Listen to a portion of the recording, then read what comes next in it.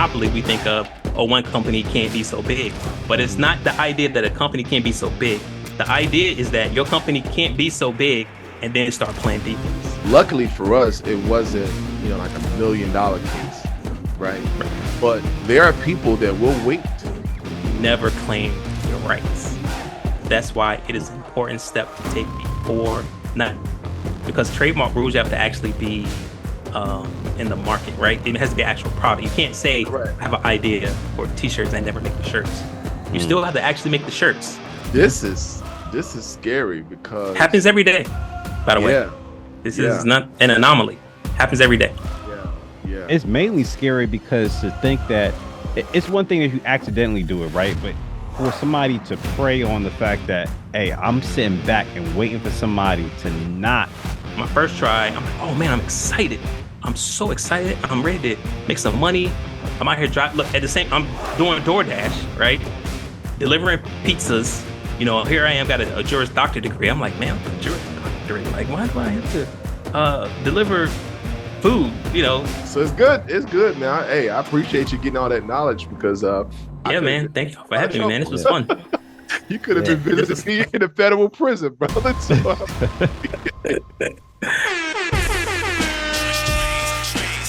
Welcome to the Forte Podcast. I am your co-host, Dominic Epps. And I'm your co-host, Brandon Marfit. And we are here to dive into your lane of greatness to discover what comes easy for you that may not be easy for all others. Everyone's a genius from the 9-to-5 employee to the Fortune 500 billionaire. We're here to highlight those attributes through dialogue and interviews with amazing guests. So listen, you all, today we have an amazing guest. The one and only Jason Diggs, Esquire, is in the Forte community. He's on the Forte Podcast. Esquire, attorney JD, producer JD. We're going to talk about this today, y'all. All of that. Welcome to the Forte Podcast, my brother. How are you, man? Good, man. Thanks, gents. Thanks for having me on. Let the world know, our viewers know, people that have great Wi-Fi know, who's Jason Diggs, where are you from, and, we'll work our way up to what you have going on right now. Yeah, man. Jason Diggs, JD. Most people call me attorney JD in the field. They just kind of stuck with me. They start calling me that in law school, to be honest with you, just JD. So it's kind of stuck with me. But I'm from the bottom of the map, Suffolk, Virginia. Let's go. That's where I got my roots. And I started out there and just kind of worked my way up. Did the family thing first. I did like a mixture of school, family. So I actually went to law school when I was 32. So hold on, family school. What you mean? Break that down. I started college and then I left college, got married, lived in Germany for 4 years, came back, did some more family stuff, did some more school stuff, did some more family stuff, finally graduated with a bachelor's degree. And shortly after then applied for law school. After being told I used to work for the Coast Guard as a good government employee with guaranteed check and wonderful benefits and a TSP plan. And I asked them to send me to some training that I wanted to advance my career. The captain told me no. And I was angry, but probably more angry at myself. So for about a year or two, I kind of thought about, well, what can I do to make a difference in the world? I really wasn't seeing anything that really kind of made me interested. I just knew I wanted to get out of there and I wanted to take control of my own future, my own life. I got a question, right? Let's go. I want to know, do you use the Esquire as a flex, or are you just cooling? You Big J or something like that to your clients? Man, I'm cool. I only use it in professional settings. If I'm submitting a filing or some kind of official document, I'll use it. I have it on my Zoom because I meet with professionals on the Zoom, but I really don't use it that much. It's my mom says I should. Let's talk about that, right? My mom is like, "Oh, Jason, you work hard for this thing, That's right. And it wasn't easy." Yeah. And I'm like, yeah, I understand. It just, I don't know. I just feel kind of uncomfortable. I feel like I'm not being authentic to myself and to my people. I'm just Because gonna I let didn't y'all grow up know. with that. If I was to get any degree on a professional level, let me be able to get a doctorate. I bet you're gonna see Hold PhD on, on everything. hold on, bro. What's You up? you you officer, man. What What's you that talking mean? about? Like you weren't going around big on people calling, saluting you every time they I don't saw care. you and I don't calling care. you I don't care. Officer Mephisto. It's what Yeah. first you're gonna say it right, and then and you're gonna even say even more right because it's gonna be Randall Murphy Stowe PhD. That's what you're gonna see. Oh yeah. That's Hey, That's what right. I'm That's right. saying. You That's gotta right. throw a PhD. That's So right. let me have had the aptitude to even try to get a law degree. I'm telling you right now, as hard as you had to work and all that old English jargon that you had to understand and contract law and all the other stuff, man, that Esquire is gonna be on everything. It's gonna be on my license plate. It's gonna be on my everything. driver's license for real. Bro, You gonna I can know, see you. I can see you now, man. Just knowing you, man. I can see you right now at a hookah lounge, and I can see Chaz on the other side of the room being like, "Yo, Esquire," bro. and then you just like, "Yeah, that's me." Yeah. It, Yeah. it might get old after a Yeah. while. I'm not gonna lie. It might get old after a while, but Yeah, at least give me a strong year, fresh out of But hold school. up, though. Out But of Randall, you're in like DC area, so you realize like it's the land of lawyers everywhere. So it's not really not a big deal. I don't Everybody care. man. you meet, you're probably like every third person you meet on the metro i- is a lawyer. Is a They have a lawyer? Juris Doctorate degree. Really? Probably. Okay. Well, Yeah, their like Esquire got they're all nothing to do with lawyers. my Esquire. I'm just Oh yeah, saying. It's just like just because you don't you're want to right. flex, yo, let me enjoy this moment. I'm just letting you know. That's right. Because I'm That's good. just thinking of how much I You're right. hate when I look at contracts, especially like those like old English contracts when it's like thee and thous and all that. Man, I'm like, Yeah. man, I can't even process this. So like my hat's off to any lawyer who's been able to sit through any school, Yeah, yeah. let alone to try to master it, to then be able to regurgitate the information off the fly. Like that's a huge hurdle that I don't have it in me, and that's why I say, man, I think people should flex that Esquire more often just to show how much Absolutely. they've Just accomplished. just think Man, about Yeah. the flex though No, when I you win appreciate a it. case though. You know what I mean? When you win a case, think about It's that like a flex, slam right? dunk. Like, yeah, It's like, man. bro, I used to flex when I ooh. used to get tickets, you know what I'm saying, dismissed because I'm going in representing myself and I done looked at Law and Order and all these different shows. So, Yeah, I'm knowing how to present myself and present the case and present the facts, right? And I'm questioning the police like I know what I'm talking about. And I'm being very confident. Then to hear him dismissed, it's like, yeah. So Hey how does it man, feel? How does it just another day at the office, man. really? Another day. Yeah, man. How about your That's what first it case though? becomes. Your first win. How was your first win though? Tell us what happened. Your very It first felt win. good because I was being disrespected by a very seasoned attorney. Um, oh, and what happened is in this win, I ended up writing like a fire motion, like um it was a family court case, right? what does Where that the guy mean? was Emotion. so you write motions to a court when you want something done. Even if you go and file in, you guys are in the real estate business. So whenever you Yeah, want to kick someone out or you want to do an eviction, you yep. start off by putting a filing in. It's called a motion. You're asking the court to move on something. You want the Mhm. court to do something about your situation. So it's called a motion when you write it in.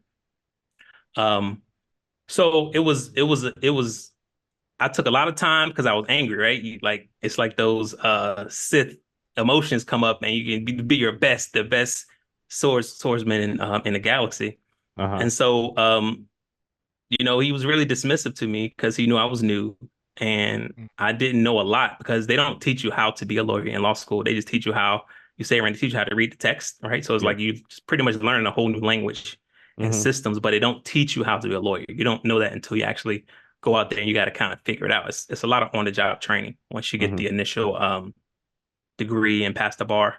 Um, so I took it as a slight, and it may have been like a 13-page motion, which is very long, and very detailed and very in depth.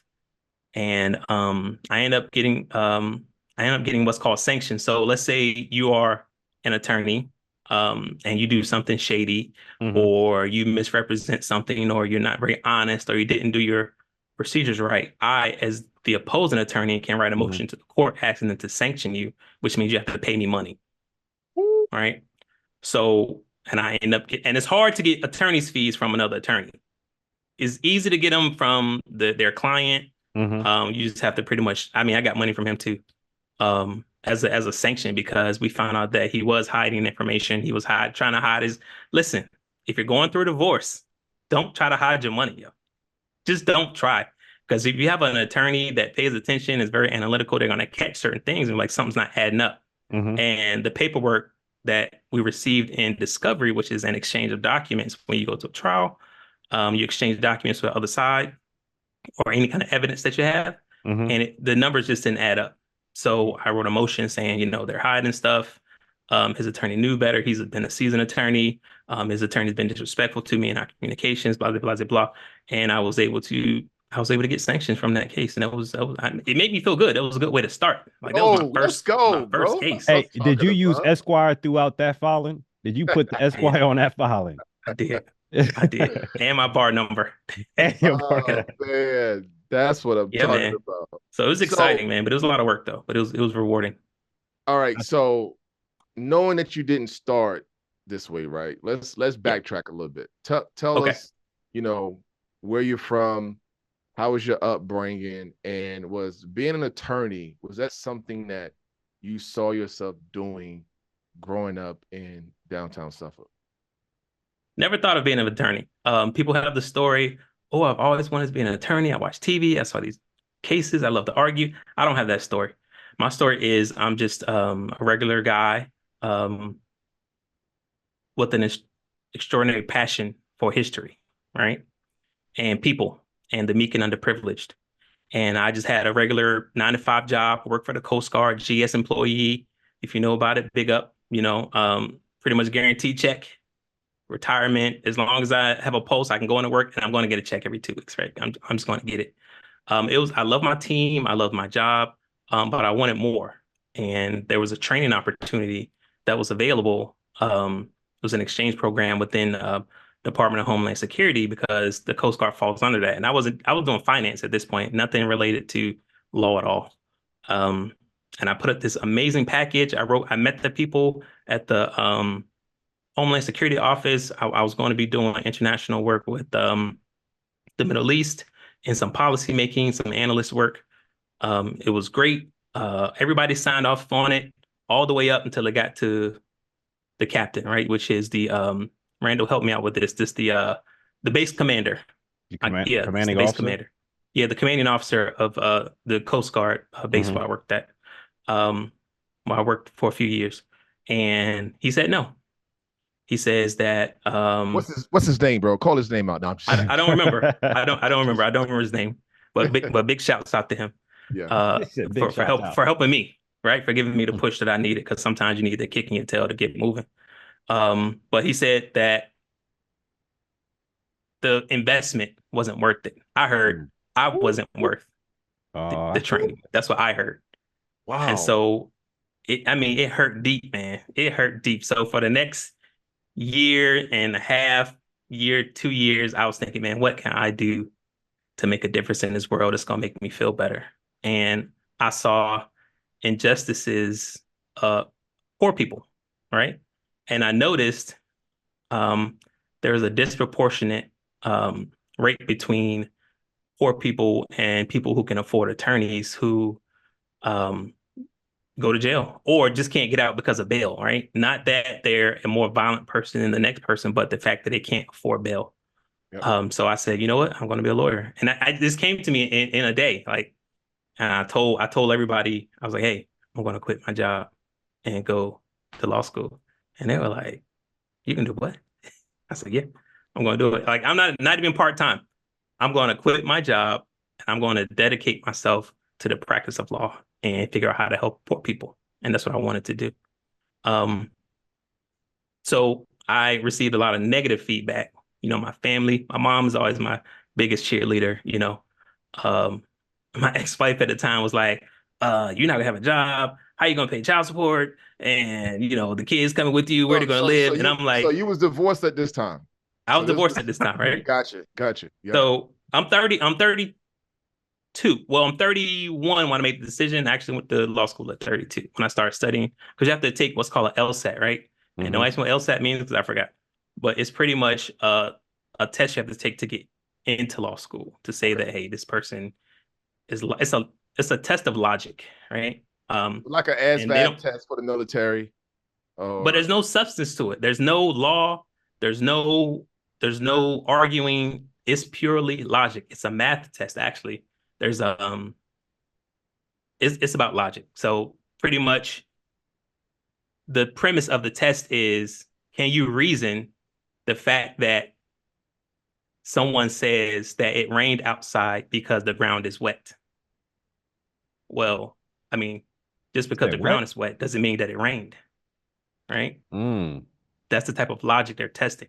There were questions I would have about failed. I would have dinosaurs, failed already. I would have failed meteorites. Like already. it's dinosaurs, meteorites, but they're throwing them in there as red herrings to throw you off to think of Yeah. some deep. No, what they want to know is, it's raining out. It's wet on the ground. Did it rain? Maybe. Could it be another reason that it's wet? Oh, somebody could have just poured water on the ground, right? What if the hydrant broke? They want to see, are you able to reason and use logic? Because that's what we do as lawyers. We use logic. Just because a lot of people jump to conclusions when they see something. Oh, I know what's wrong. Well, do you?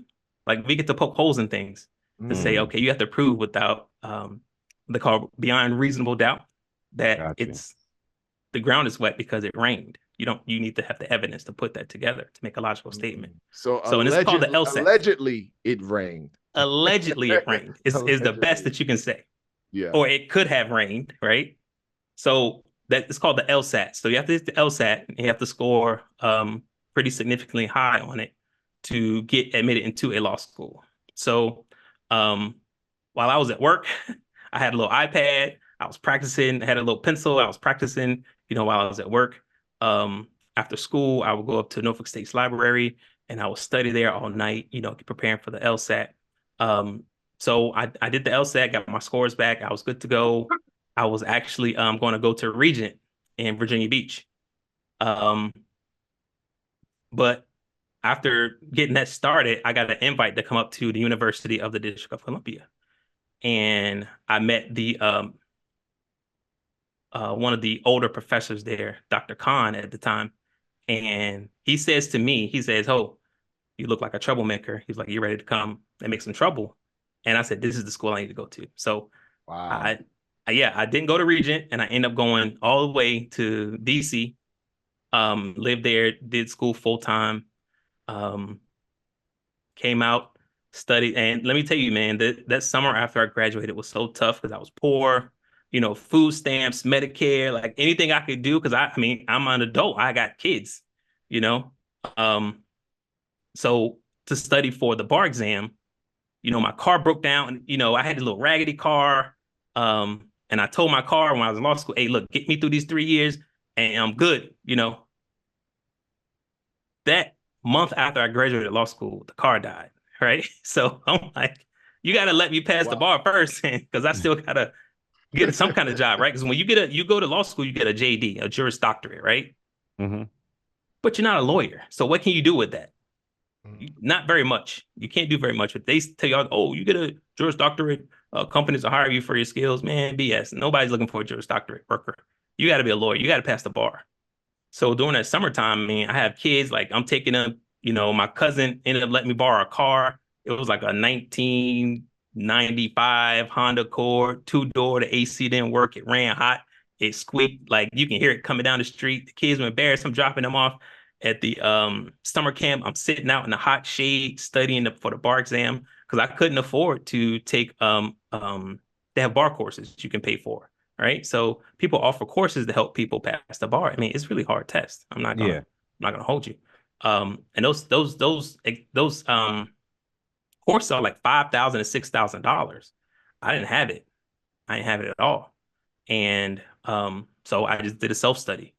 So it's kind of an anomaly actually for people to be able to afford a bar study exam course and pass the bar.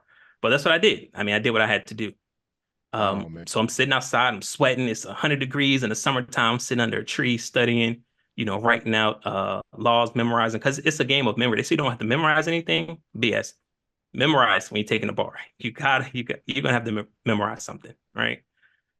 So I go through that whole ordeal. I passed the bar, my first try. I'm like, "Oh man, I'm excited. I'm so excited. I'm ready to make some money. I'm out here look at the same. I'm doing DoorDash, right? Delivering pizzas. Here I am, got a Juris Doctor degree. I'm like, man, I'm a Juris Doctorate. Like, why do I have to deliver food? But that's what I had to do. Um, so I passed the bar. I get the notice. I'm so excited, man. I'm like, man, thank you, God. I'm so happy. And then I get a letter about 2 weeks later, because you still have to swear in once you pass the exam. Mm-hmm. And they say, well, we looked on your criminal background check and we got some questions.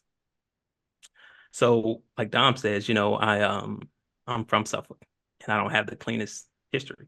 And my criminal history wasn't the cleanest. Um, so I had to wait an additional year. So I passed the bar in July 2018. I couldn't be a lawyer until November 2019. So what did I do in that time, right? Anything I could do to get my hands on some money. Man. So very stressful period of time. But hey, I went and did they sit you in front of this panel and they ask you all these questions and an old classmate of mine. I know about that panel. Yeah. I had to sit in front of one. I know about that panel. Yeah. What is like an ethics board panel or something like that? It is exactly what it is, because they hold lawyers to a very high ethical standard. Some people say, oh, lawyers lie and all this stuff and cheat, but there's a really high ethical standard, because of the history. So not only did I just spend all this money going to law school, I'm poor. I've been living with my mom for a year. I'm driving this car that squeaks, leaks oil, no AC. The axle's about to fall off, and I still cannot be a lawyer for a whole year and a half, right? So it was tough. And then I finally got it. I finally got my license. They swore me in. It was like, you want to set an appointment? I was like, no. Can I do it right now? So they said, well, just get someone to notarize it and send it in. And that's what I did. So I got a friend of mine, his wife was a notary. I did my little swearing in front of her. She signed it. I sent it in and they said, okay, now you can start taking clients. Gotcha. And that was a road. So it wasn't an easy one for me. So I want to reframe. I want to bring this back real quick. From the time that you graduated from law school to the time that you took the bar was how long of a gap? 3 months. It says 3 because months. you graduate in May, you take the bar in July. Okay, and then you had a year on top. So in total, you're looking at over almost 5 years, because you had the epiphany, or not the epiphany, you had the mindset, and you're telling everybody a year prior because you wanted to study for the LSATs. Then you went into law school for 3 years. Then you had a year and 3 months before you even was able to swear in. So we're talking about a 5-year process right now to go from the thought to now I'm officially a lawyer and I could start taking clients. So and all the while you're trying to juggle multiple different side jobs just to keep like money in your pocket while you do what you feel like. And I would venture to say that, did you not say you have a chip on your shoulder, but did that denial of your request from the Coast Guard commanding officer kind of push you in the back of your mind when the going got tough and you were thinking about, like, I'm doing this so somebody else doesn't have to experience something similar to what I experienced? What was that kind of like your fuel to your fire to keep you pushing through? Because that's not an easy journey that you took, bro. Yeah, that was absolutely the fire that kept me going. Just being told that I wasn't good enough is it's all I kept hearing. Like, you aren't good enough. I'm like, yeah, I can do this. I'm doing it, right? I'm just doing it. There is no, oh, I can't do it. No, I'm doing it. And yeah, that definitely kept me motivated. But, then life, you talked about a divorce, right? Yeah, like that was before. That alone, and then you got the, hey, how are you going to take care of your kids? Like, so you just not going to work anymore? You just going to stop to go pursue your dreams at 32 years old? And get this. Real quick. So before, I'm gonna tell you how. Yeah, I'll just tell the truth around, right? We're here, right? So we it was really tough, man. Me and my ex-wife are good now. Like, we're really good now. Like, I talked to her today and we're really good. But we had some tumultuous times and we weren't quite out of that time yet when I decided to make this move. And so I had cashed in my TSP to make this happen, because I wasn't getting paychecks and I knew that I wasn't going to have like income. So my plan was to, and also UDC gave me a full ride, right? Like, I didn't have to, they Oh, were like, nice. you can come here for free, right? I didn't have to pay. Yeah. Yeah. I got a student loan for my living expenses. It was what I had the student loans for, because DC is not cheap. Like, Mm-hmm. it's not like, living in Kansas. DC is really expensive to live in. And it still wasn't enough to sustain me because I was still, while I was going to law school, real quick, I was working for Amazon, like delivering the packages. I was, in between classes, I had packages in the truck. I go to class and then I leave and then I'll go finish my delivery route, in between things.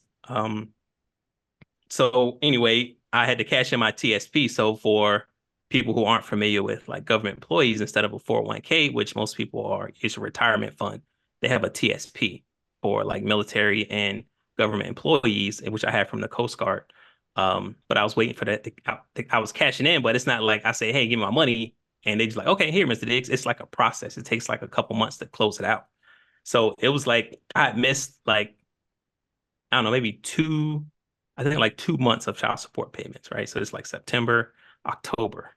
And I come home on the weekend to my mom's house and I got like, there's a sheriff note in the door.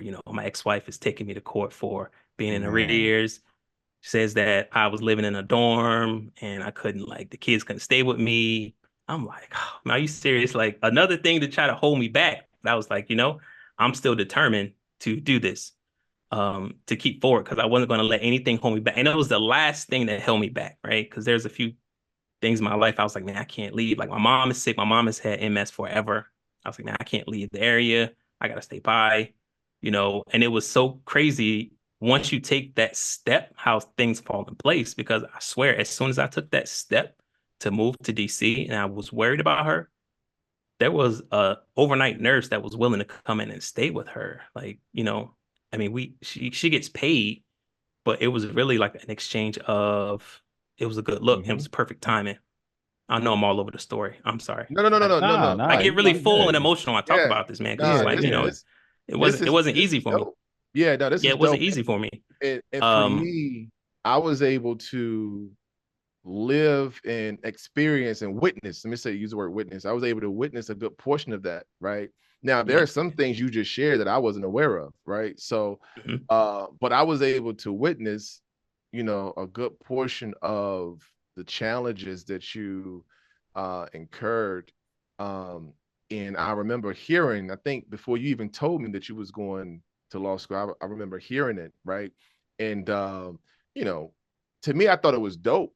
I didn't think about all the other stuff you going on. I'm Right. like, yo, bro, about to be a lawyer. Oh, it's about to go We to up. another level. So, and for those of you that may not know this, Jay, let me say JD. For when me and Jason connect, um, we go to this church, and as couples, me and Queen, him and his ex-wife, as families, we all cool, and then we form a music group, Team Jesus Music Group, right? So we form a label, and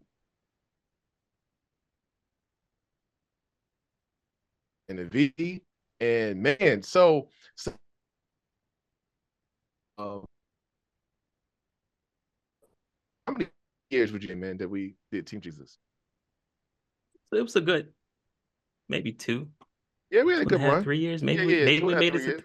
to. We had a good run. But one of the stories I remember was when we were trying to get invest. So I was a Swan man. I was working for Swan's Food, and I had this customer that asked me one day because I used to sell CDs while I was out on my route, right? And so I'm out, on my route, and one of my customers, they get their food, and then I, selling one of the CDs, and he was like, "Hey," it shocked me. He said, "Are you looking for an investor?"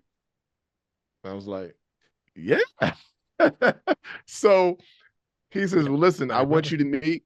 You all to meet with me and my team. Tell us what you got, and then we'll go from there." So I remember we all preparing, man. Me and Jason, we suit up, and we go to Virginia Beach, man, to meet with these investors, and we wanted $100,000. I'll never forget it. We wanted $100,000. I'm like, listen, I'm gonna be able to leave my job. You're gonna leave yours. And Jason, what they tell us, man?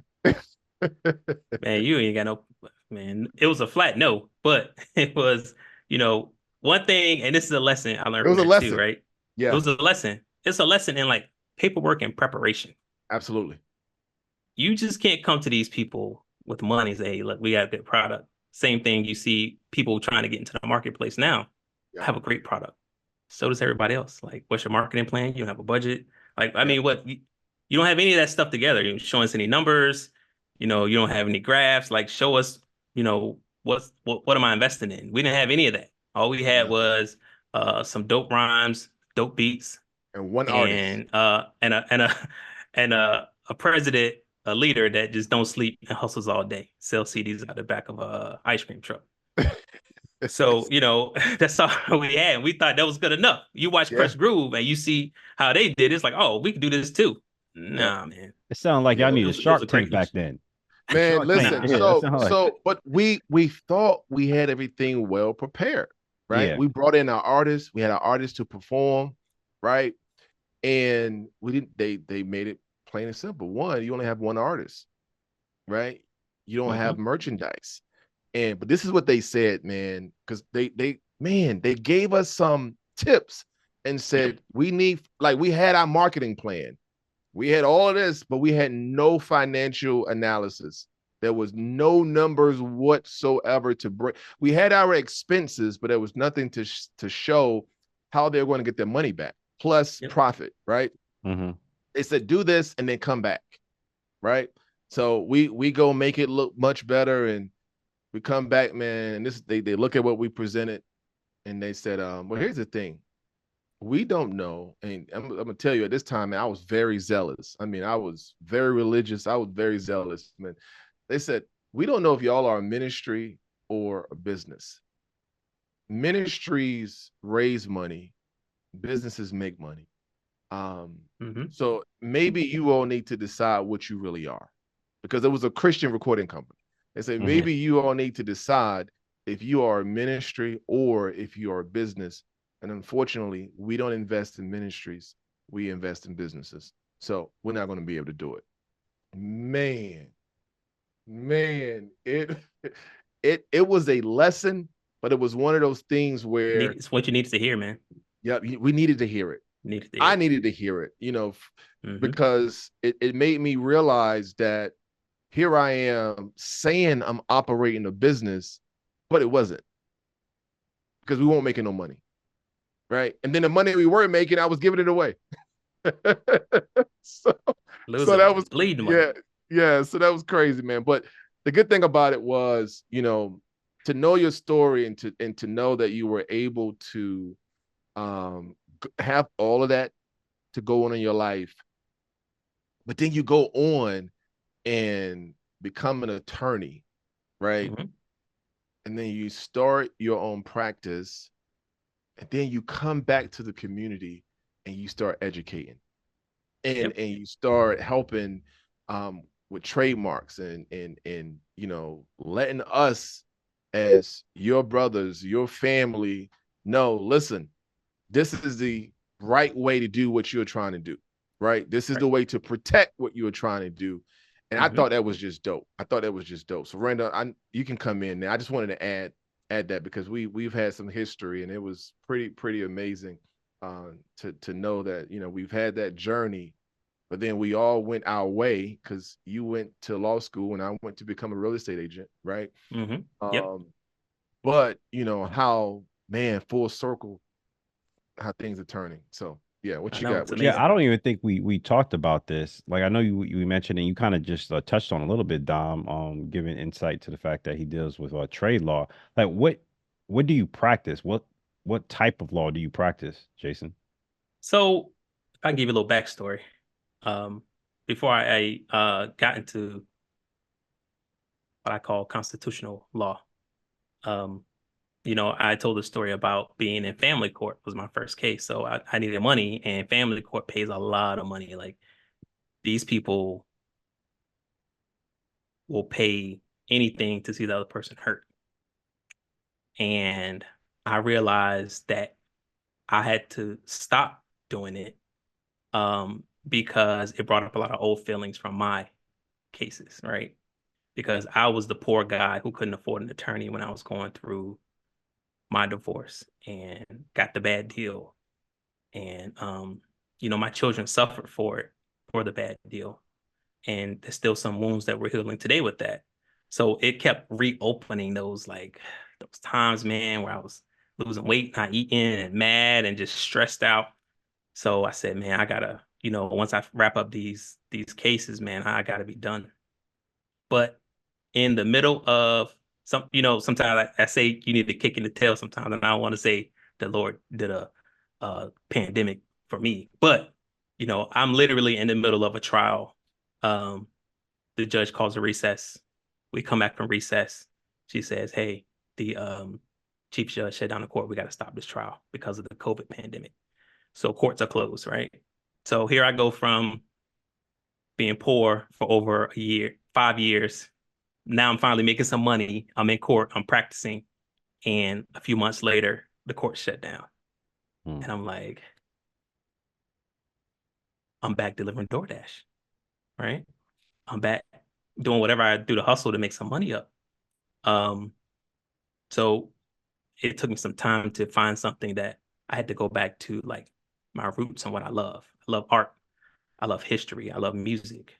And a friend of mine is in IP law, was out in California, and just noticing how during the pandemic, people were starting businesses. Like there were so many trademark applications. Y'all don't understand. Like it was, the records were being set on people starting businesses, small businesses starting, and there being an empty space in this trademark area because out of the 900,000 plus applications that people were putting in for trademarks, about 36% of those were making it through. Was a very low number, and those are usually the people who try to do trademarking because they don't know what it is. They just heard it on TikTok or saw it on Instagram, starting a business. I need a trademark, right? So they just go in and file the application and it's being denied and they don't return your money.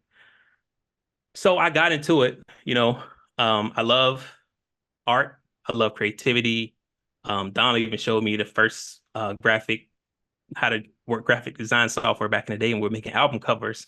So I said, hey, this is an area that I can help in. I can help people in. And I always love the Constitution. I love history. Our framers, given their personal evils that they've done, they were genius to insert intellectual property into the Constitution. Okay. So there's two things and two reasons why I do trademark law. The first reason is that embedded in the Constitution, it's how the framers wanted to make sure that the country was able to move forward, right? And it wouldn't be stalled. So we're in a capitalistic system, and it's akin to evolution, right? Survival of the fittest. Who has the best business? That business wins. So they don't allow you to copy other businesses because it will stall our economy. It will stall our growth. It will stall innovation. So that's why they put it in there. You can protect your ideas. You can have an original idea. You can make money off of it. But you, Randall, your business has to beat mine. You can't just copy what I did. You have to come up with you have to innovate. You have to create a superior product, and you have to beat me. And that's how we grow. And we've innovated, and it has worked in the United States. Something so simple as intellectual property law, I always argue, is probably the strongest asset in your business portfolio, because it forces your competitors, your competition, to beat you in capitalism. That's what it's all about. Who can destroy the next company, right? That's why Apple is in trouble now. I know you guys seen Apple in the news, and I've heard people commenting on social media. They really don't understand the problem. The problem where Apple is run afoul of the law, antitrust laws, right? Monopoly, we think of, one company can't be so big. But it's not the idea that a company can't be so big. The idea is that your company can't be so big and then start playing defense. All right. So what Apple has done, instead of, when Apple came up with the iPhone, crushed BlackBerry because BlackBerry was on top, right? They made a superior product. It was way superior to the BlackBerry. It was superior to all the flip phones, the candy bar phones from Nokia. iPhones were killing it, and it was a great product. Mm-hmm. But, like Steve Jobs always says, he used to say, is that you don't have to be the best, you just have to be first. And that's been Apple's model, especially since Jimmy Ive left, right? He left, and so iPhone hasn't changed since like iPhone 6. It's been pretty much the same. iPhone 10, when they got the notch, right? Mm-hmm. So what Apple did is once they got into the space where they were in the lead around like iPhone 4 or 5, iMessages come up, right? And so you had the green bubbles versus blue bubbles. In Apple's marketing mind, the green bubbles meant it costs money to send that text message because it was SMS when it was not within the Apple ecosystem, right? Someone from an Android or BlackBerry sends you a text message, it comes in as an SMS. Messing up my group chat. Right. So, and what Apple did is it was superior at the time, but what they did is when RCS technology came out, which is rich communication standard, which could do the same thing that iMessages did, Apple broke it once it came into their system. So no longer did Apple have a superior product than the iPhone. RCS communication and technology put it on the same level as iMessages. But instead of Apple innovating, what Apple does is once a text message comes from someone outside of Apple, they break the message so it doesn't work, and it gives the user a bad experience. So it makes the user of the iPhone feel like I have a superior product when in fact you do not. Right. Apple has not innovated anything. They just break whatever comes into their walled garden to keep you from leaving. Right. And the thought is if everyone stays in iPhone and iPhone doesn't have to change, the country won't move forward. We won't innovate. We won't make newer technology. Samsung is doing some great things there, but they're a Korean company, right? With the folding phones and the pens. Apple doesn't have to do any of that. All they've done is keep outsiders from coming in by breaking it. And that's against the law. That's anti-competitive because you're going to stall the economy by doing it. And you see Apple shares are going down. They haven't innovated. They haven't innovated anything. And Congress is going after Apple. You can't be that large and you can't be that large and block everyone else. Like you're gonna stop the country. We're gonna end up like China. Right. You can't do that. Right. And that's what's made America leaders in technology over the years is our intellectual property rights. So all right, here's my question. So you go from family law, right? Yep. And you go to what you say, constitutional law? Yep. Okay. So COVID hits, and yes, everybody's creating businesses. And you're now marketing yourself on social media as the trademark attorney, basically. Right. Yep. So if someone needs assistance with starting a business, because as you noted, even during COVID, when businesses were starting, it was not starting correctly. Or even today, most people would go to the website, SEC, LegalZoom, and complete an application to get an LLC. And just because they have that one certificate, right, they're like, hey, I have a business. But what I've learned from you, there are so many other components that needs to coincide with that's not just that, right? It's more than that, right? Right. And so what have you found to be one of the things that we as a people are so far behind on when social media says this is all you need and now you are official? But then, as you have taught me before with, I think someone was trying to open up a business or try to trademark, and they had some issues with that, because, we go to Google, right? So matter of fact, let me just use myself. That was a trademark that we were trying to get done. And you were like, man, where did you get this from? I think I was like, Google or something. He was like, hey, it came back. You can't use this. It's somebody else's property. Like, what? There was something small. And I'm like, this belonged to somebody else, right? So there's so many people, if you're watching this and you may have went to Google or went to some website or had some graphic designer to create your logo, but they use somebody else's intellectual property to coincide with an original. So they may have, you may have this font, but you may have used just this leaf or something small that you think is small, but somebody can sue you. Mm-hmm. And They can. Randall, we got sued over one small graphic on our website. Yep. And it was crazy. And I was trying to fight it. And Jason was like, listen, they're gonna win. This is what these attorneys get paid to do. They go find, they go to these different websites and they go social media and they find how people are using other people's property. And not only do you get a cease and desist letter or something like that, but cease and desist. Yeah, but also, hey, here's a settlement. You pay this amount, we won't take you to court. But if you want to fight it, you can fight it. But 9 times out of 10, we're going to win. And that was a hard conversation when Jason had to say to me, listen, they're going to win. Right. And I went on, deleted the image, and that was like, too late. You got proof. You've used it. You're going to win. So what do you say to people, man, that, who don't have that knowledge and they think because it's on Google and it may say free clip art that they go use it, but it's not free? Yeah. So, I mean, the best thing you could do in your situation, that since you brought it up, is you broke attorney-client privilege, is that best you can do is settle, and you try to get a lower amount than what they're asking for in their lawsuit or whatever, and which we did. We got them down. I thought we could get more, but I said, man, look, just take the deal, get it over with, and we got it over with. But when I was telling you, there's 2 prongs to intellectual property, right? We talked about antitrust and competition, how Congress and the founding fathers put that in the Constitution. But to bring your example is something as small as a leaf, right? If you're making a business, you got to make a better leaf.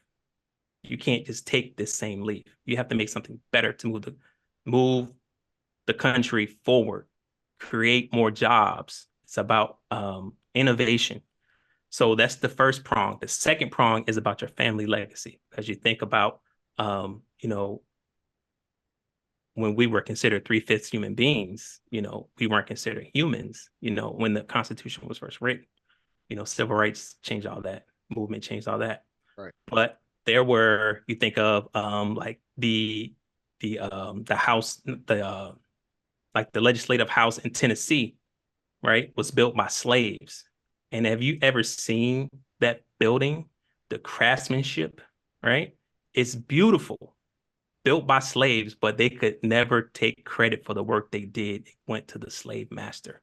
And imagine the history that the slave master's family has claimed to this day about my granddaddy built the Tennessee state capitol, right? Your granddaddy ain't built no state capitol. Somebody else did that work, right? Somebody else did the work, and you took the credit for it. And happens all the time. Happens all the time. Even in today, you think of like Uncle Nearest. You guys heard of the Uncle Nearest brand, right? The whiskey. Yeah. You heard Uncle Nearest? He created Jack Daniels, the recipe for Jack Daniels. Can you imagine what the family of Uncle Nearest would have had if he could claim the intellectual property for Jack Daniels whiskey? Yeah. So imagine, Randall, you build a brand and what your sons can take advantage of. That's called legacy. Yeah. But you gotta protect it, bro. Y'all into real estate. You ever built a house without a door and locks? You ever done that before? So all right, let's go here, because let's talk real estate real quick. Let's do it. What is it called, Randall? When people can they living in your property. You're talking squatter law, right? Yeah. Bro, this is crazy. This is crazy that they have created laws where someone can live in your property, and if they've been in there over a certain period of time, right, that you cannot evict them. You can't just go there and get the cops and say they're trespassing.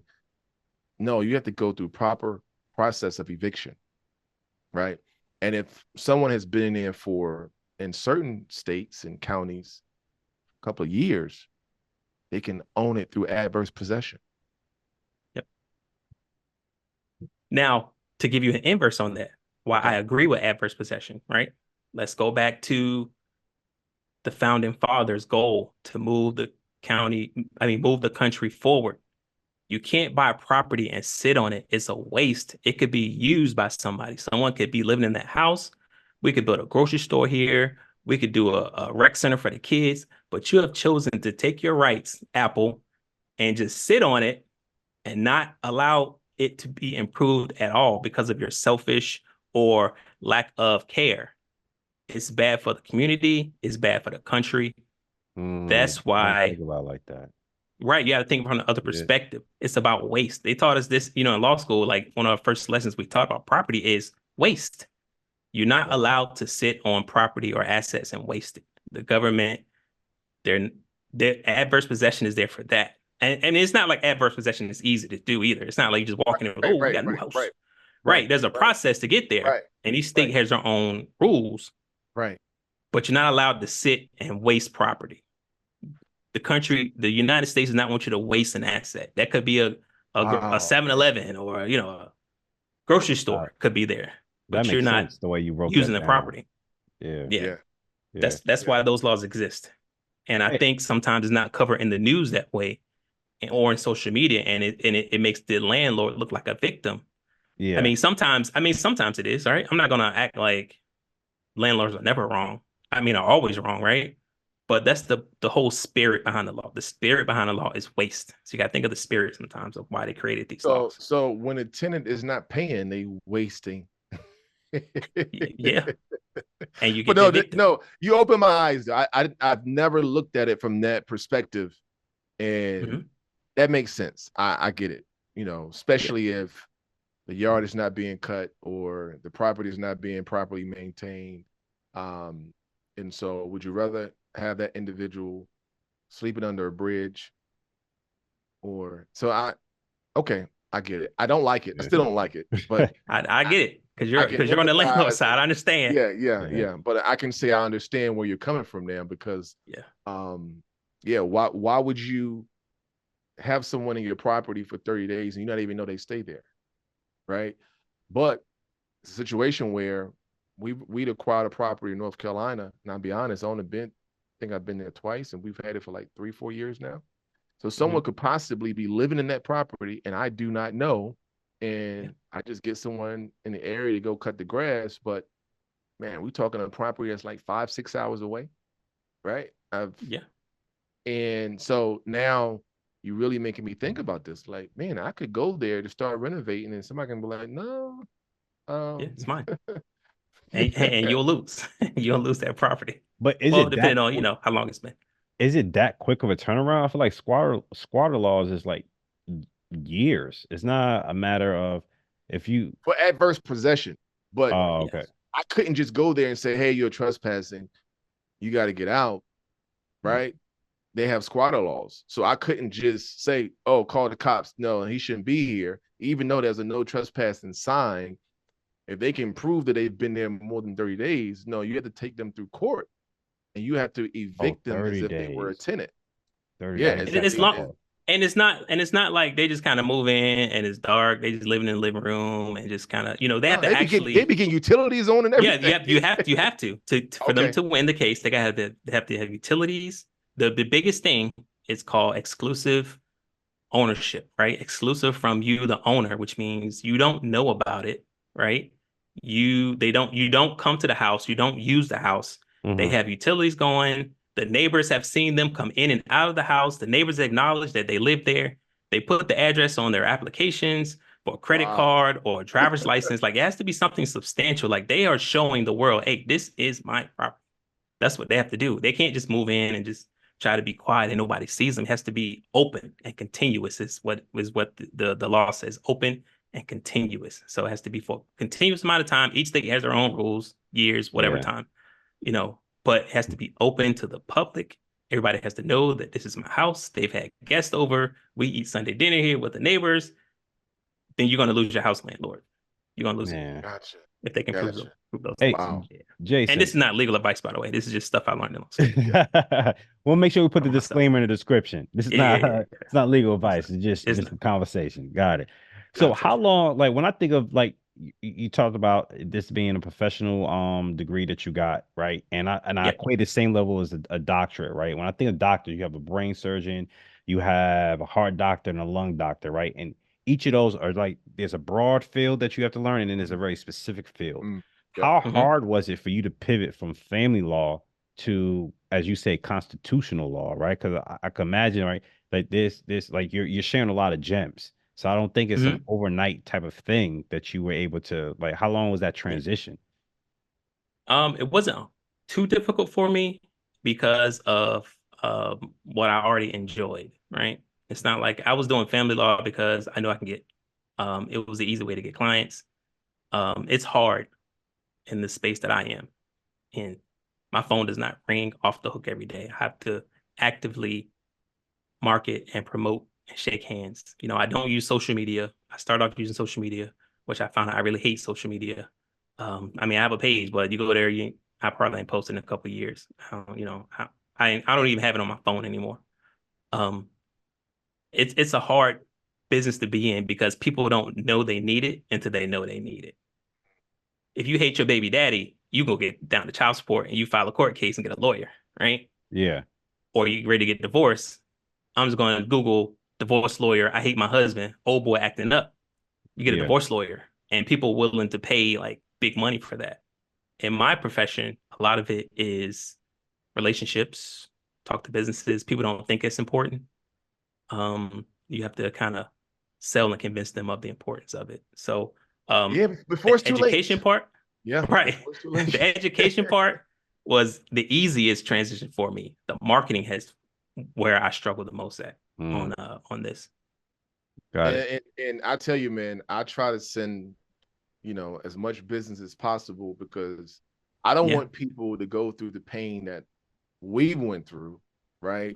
Now, luckily for us, it wasn't, like $1 million case, right? Right. But there are people that will wait to see if you blow up.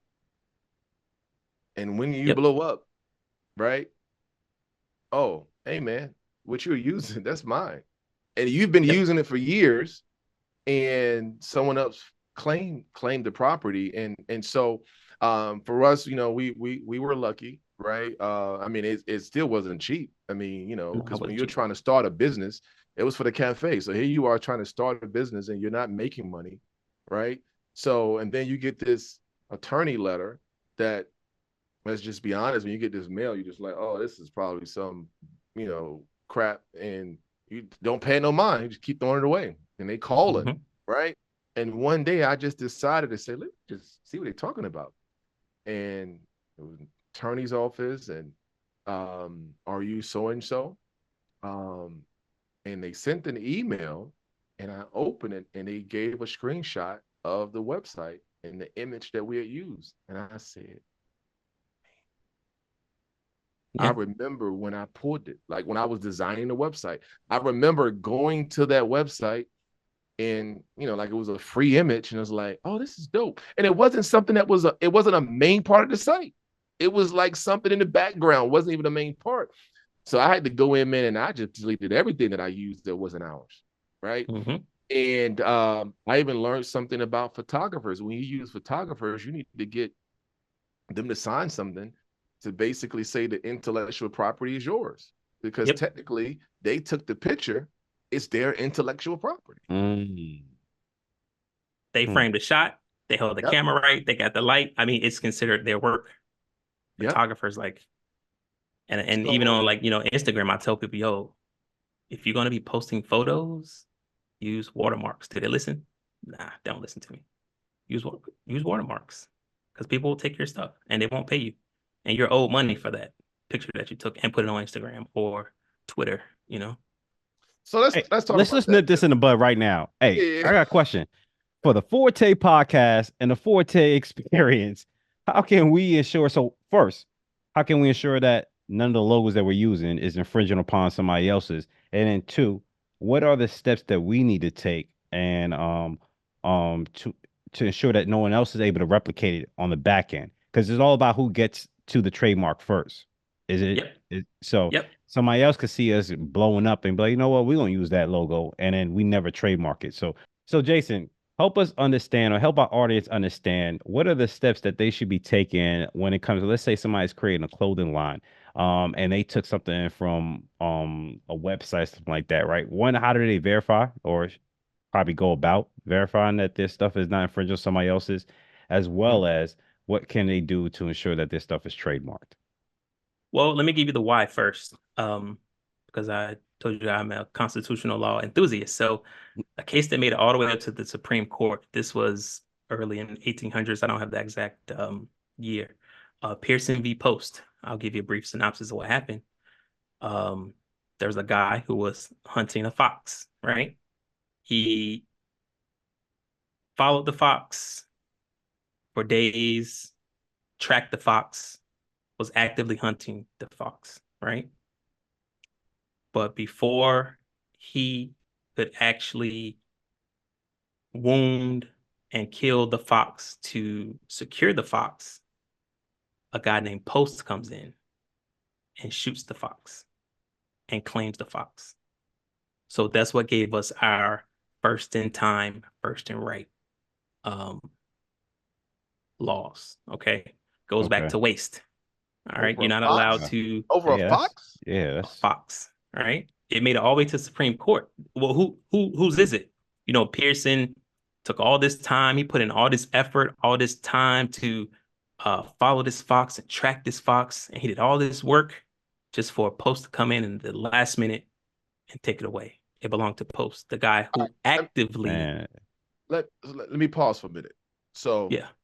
this almost sounds like somebody that actively were pursuing a female, a fox. It was trying to get the fox. They were been pursuing the fox. They were sending the fox flowers and all of this. And then somebody comes in, scoop, and marries the fox. Are you telling me the guy that was actively pursuing her first can sue the guy? I'm just No, Oh. you got it wrong. You got it backwards. Oh, I got it backwards. Okay. Yeah. All right. So the The guy that guy- actually marries is the one that wins. Is not his fault that you didn't get her, regardless of Exactly. what you were trying to do. Because Gotcha. you would go back to waste. You wasted all this time and you could have secured this fox a long time ago. But you chose to start a clothing brand, spend all this money, right? And you put all this investment to your clothing brand, but you never took the time to secure your rights to the property. So someone you don't can make come sales. You don't make sales. you done made sales, Social you got media. posters. Don't matter. Wow. You never claim your rights. That's why it is an important step to take before, not because trademark rules, you have to actually be in the market, right? It has to be an actual product. You can't say, Correct. I have an idea for t-shirts and never make the shirts. You still have to actually make the shirts, right? But you still have to be first in time to claim the rights to whatever logos or whatever you're going to use it for your business. So But if you never take the time to secure those rights, somebody could come in, Post could come in and take your fox and ain't nothing you can do about it. You have a garage full of t-shirts. The reason I'm giving you this story, because it is a real story. You have a garage full of t-shirts that you can't sell, because if you sell one more shirt and they send one more cease and desist letter, I don't care how much money you spent on your business and you stayed up all night and you prayed and the Lord gave you this vision for this name and this logo, but somebody got it because you never took the time to secure it. That's why I tell people, if when it comes to websites and domain names, do not type in a domain name that you have not secured, because as soon as you type it in, somebody's gonna lock it in and they're gonna try to resell it. They're watching.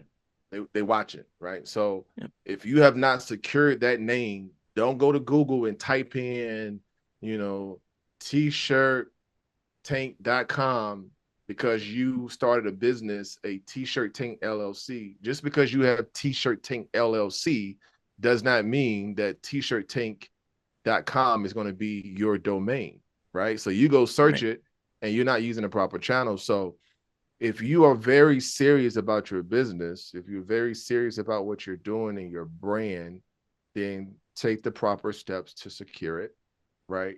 Then go and build it. Why build for someone else to take what you have worked so hard for? And now you have did all the branding, the social media posts, the marketing, like you have did all the hard work for someone. You built the plantation for the slave master to get the credit for it. Yep. Because they have It's the gone. credentials or the know-how. Man, that's a wake-up call. It is. And the LLC point that you bring up, just because you have an LLC name doesn't mean anything. Go into your local supermarket, right? And I want you to go into the cereal aisle. You'll see Honeycomb, Sugar Smacks, Frosted Flakes. None of that is the name of the company. That's the General Mills is the company. Those brands that you see, those are the trademarks. It's what the customer sees when they go into the grocery store and they're in the cereal aisle and they see Randall Flakes or Dominic Smacks, right? Well, you can't use your name, but you get what I'm saying. Right. That is the brand. So your LLC doesn't do much. It can do a little bit, but it doesn't do much in your when you're building a legacy. Listen,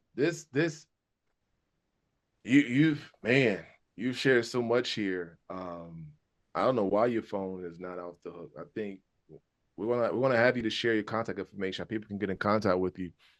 But this is scary. This is scary because happens every day. By the way, this is not an anomaly. Happens every day. Yeah. It's mainly scary because to think that it's one thing if you accidentally do it, right? But for somebody to prey on the fact that, hey, I'm sitting back and waiting for somebody to not trademark their stuff, right? Like they just sitting back and be like, I'm seeing how their trajectory and I'm gonna wait until the right time. It's like you did all that work, right? And somebody's take like the fox, somebody's killed the fox before you. They watch you do all the work. I'm just gonna sit back on my porch, drinking my tea, rocking back and forth. I'm like, all right, let me go out there and kill the fox now because it's ready. And it's normally the people that have the funds and the resources to do so that do so. And they can wait you out. Yeah, and that's why the saying is so true. There's nothing new under the sun.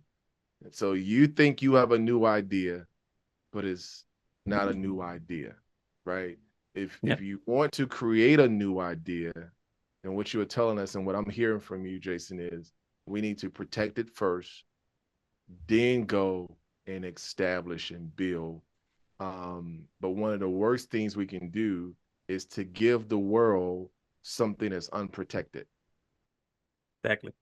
But don't you do have to do some form of outwardly facing of the brand to then trademark. It's not like I have this idea, I go trademark it before I've put it on anything or shown it to anybody. Doesn't have to be forward facing just a little bit, just to show that you've already the train has left the station and not too far from the station that you wait, but just enough to be like, hey, I already have a little bit of clientele. Now I want to trademark it because people have identified this to be my brand. Yeah, so there's something you can do in that case. Generally, the rule is it has to be in the marketplace is the term they use, which means people it has to be advertised. It has to be on a flyer or a website, or you got to actually make the shirt and print the shirt. It has to be something. Intellectual property doesn't exist until it becomes something tangible. Just like copyright's the same. If you have a thought in your head, once you write it down, that is the copyright, not the idea you had. You got to actually put it on paper or some kind of tangible format, right? In trademark law, they have something what's called an intent to use application that they will allow you to do. It'll give you 6 months from the time that the trademark is approved to produce said whatever it is, article of clothing or trucks or tires, whatever you're making, right? You have 6 months to present the evidence that, hey, look, I have it now. It's called an intent to use application. It's more expensive because it costs the same as a regular application. But if you're in that situation, we just don't have the means to get it printed at the moment. It's a Band-Aid you can do. At the end of that 6 months, they'll let you renew the application 3 more times. So what's 6 times 3? I don't know, 36? No, 18. So 18 months. Yeah. Right. So they'll extend you out to 18 months to give you to actually produce this thing this product that you're trying to trademark. And they charge you every time you extend to, just so you know. I mean, there's fees every time you extend. I tell people it's really best if you already have a product, but if you don't, you gotta do what you have to do, right? Yeah. If you're not quite ready to go to market, then you can't go to market. But generally, it's best to already have it made. So if you do have something on the market, what's the normal amount of time that it should sit there before you are immediate? As soon as you make it, you have the IP rights, and you need to exercise them. So as soon as t-shirts example again, as soon as it come out of the heat press, hey, we have a shirt. Here's our shirt. Got it. And here's how we market the shirt, whether it's on a flyer or a website or whatever you're using like that. Yeah. But is there a limitation? That we learned. Go ahead. Go ahead, Brandon. No, go ahead. Is there a limitation to trademark? And the reason I asked that is I was going to say that too. No, what I was going to say was, so that's one thing we've learned was the limitation. For instance, when Jason did our Wall Street Cafe trademark, our limitation was we couldn't open up a Wall Street Cafe in a radius of Wall Street in New York City. Like we had to be so far away from Wall Street in New York City, even though it was totally different, right? But because of the trademark that Wall Street has, we couldn't open up a Wall Street Cafe like on Wall Street. It was some radius some stipulations that came along with that. Gotcha. Yeah, I was more so talking to how long a trademark is in effect. Because I think I read something, and I did read it because I was wondering how Disney allowed Winnie Pooh to be remade into this massacre movie. And they were saying something along the lines, the original creator of Winnie the Pooh licensed it to Disney for a certain period of time, and then that license expired. And because I guess the original person passed away, then Disney didn't have the right to then renew that automatically because the original person didn't put something in place. So you're mixing in copyright law with trademark law. Okay, all right. So limitations to trademark is the only intellectual property that is perpetual, which means it lasts forever. But you just got to check in every 5 years, 10-year mark, and then just check in and say I'm still using it, right? And your family can keep the trademark rights forever. Is that a cost when you check in? Yeah, you guys say, hey, I'm still using it. You got to do a filing. It's called in use filing, but it's the only one that's perpetual. It goes on forever. It doesn't die. Copyright law, which is the Winnie the Pooh example that you mentioned. Winnie the Pooh is a storybook, so it's considered literature. It's not Winnie the Pooh is not a trademark. It's not a brand. Disney is the brand. Winnie the Pooh is a story. It's a literature, fictional tale about a bear living in the woods with friends, right? Yeah. So those rights stay with the author 120 years after their death. After that, then the rights no longer exist and becomes public use. Just like the Bible. Imagine if the Bible was copyright protected. Yeah. Right? So it's so old, those things aren't protected so long. But you have a window, even with patents as well. Patents, they expire, copyrights expire, but trademarks do not expire. So that's how people are able to use Winnie the Pooh anywhere now. And sort of, Mickey Mouse, really interesting, real quick. I know we're wrapping up. The Mickey Mouse, what is it? The Mickey Mouse boat house. Remember? Yeah. Steamboat Mickey. That's what it is. The cartoon. Well, it lost its copyright protection about a year or two ago, right? So people were able to start putting just that Mickey Mouse, not the current one we see with the big white gloves and the big ears, right? So what Disney, very smart lawyering, what they started to do, go back a few years and watch a few Disney movies. They're putting Steamboat Mickey at the beginning of each film to say, no, this is not a copyright. This is a trademark, because trademarks last forever. And when people see Steamboat Mickey, they understand that a Disney movie is going to follow. So they're actually battling that right now in court to get Steamboat Mickey back. Because it's the author's dead and the copyright has expired for Steamboat Mickey. But some good lawyering, man. Hey, this is a trademark. So listen, man, this here is It's another one. It's another one. it's another fire episode. And yeah, I'm sitting here, man, fun. like I see why attorneys, I see why you all charge what you charge, right? Yeah. Is because you are saving people from, man, what could be a lot of litigation, a lot of extra fees and costs that they could be paying in the long haul. So I just want to say Take money up front. Thank you to save the big money in the long run. Yeah, man. Yeah, exactly. Yeah. More expensive. Once the trouble starts, it's more expensive. Yep. Yeah. Thank you to the commanding officer that told you no. Yo, Right? Thank you. Like, salute. Shout out to the skipper. Brother. Yes, sir. Well, thank you so much for that, because it was that no that have allowed you to do what you're doing. And I was watching Cam Newton on Club Shay Shay, and he was talking how, you know, when he was turned down at Florida, it, you know, wasn't getting any playing time, how it made him a monster, right? And how different situations that took place in his life that he took that, because I forgot that he went to JUCO. I didn't even know he went to JUCO. Left Florida, went to JUCO, and then came back to Auburn, and he was like, man, I'm going to be a national champion, right? And so he just shared different things that took place in his life that made him go extra hard, right? And so all of us, we have had something that took place where someone said we couldn't do something or we wasn't going to be something, and as a result, we said, I'm going to prove you wrong. Yep. You'll see. You made the biggest mistake of your life.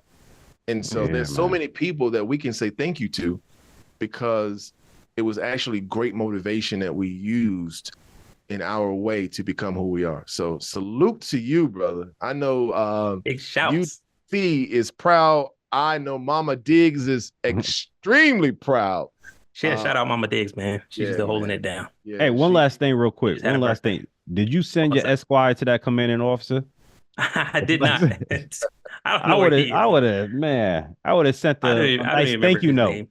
I would have sent the thank you note and then signed it, Jason Diggs, aka Big J Esquire. I want to say, Chief Hasselback, thank you.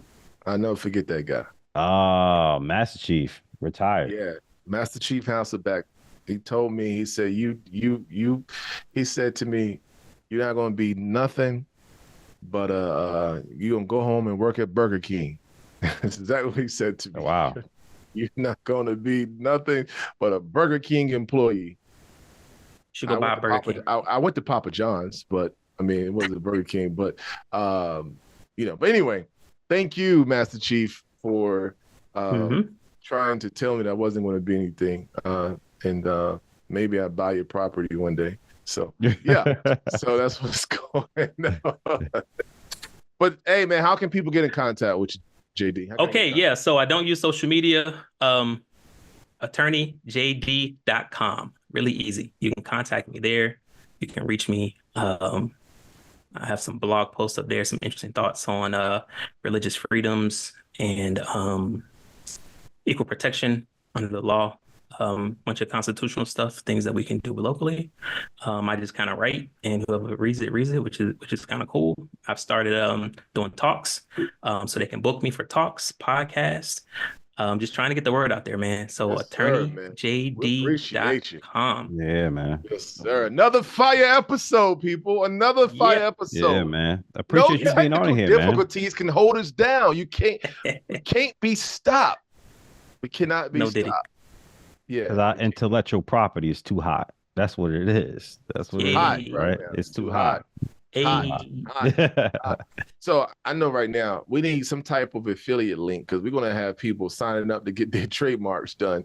Yeah, yeah, we need a little bit of, you know, that's against the ABA rules, but okay. A little referral. Is it? Is it for real? Yeah, man. All the legalities, man. All the legalities. You can't. Yes, it's against the rules. You can't do business with you can't do lawyer business with non-lawyers. That's, you know what? That's same thing in real estate. Yep. We can't pay referral fees to anyone that's not a licensed agent. So I get it. Yep. I get it. Huh. Okay. But I appreciate the love, you know. Yeah. Well, everybody just go follow Jason, man. Just skip over follow us and just go follow, reach out, call, get in contact with him to get your trademark. So this way your business is locked. You got the front door, back door, security code, all of that locked down. Keep your house in order, people. Especially when you have a business partner like me that just like to go take all these risks. Don't think about the legality part. And you have somebody in your corner that can say, hold on, brother, you can't do that. Last story, I remember when no, I'm not even gonna share. I just know I posted something on social media and Jason was like, nope, you can't do that. You gotta take it down. I was like, yeah. I know exactly what you're talking about. I know exactly. He says, no, you can't do that, brother. Take the post down. I said, all right. You're going against SEC rules and regulations. All right, brother, I got you. Woo, boy. Yeah. So it's good, man. I appreciate you getting all that knowledge because man. Thank you for having me, man. This was fun. You could have been visiting me in a federal prison, brother. So You're welcome. Yeah, man. Yes, sir. Yeah, man. All right, y'all. Stay tuned for the next episode of the Forte Podcast. Again, check out the Forte community on Instagram, YouTube, TikTok, LinkedIn. Wherever you get your social media content, we there. The Forte community.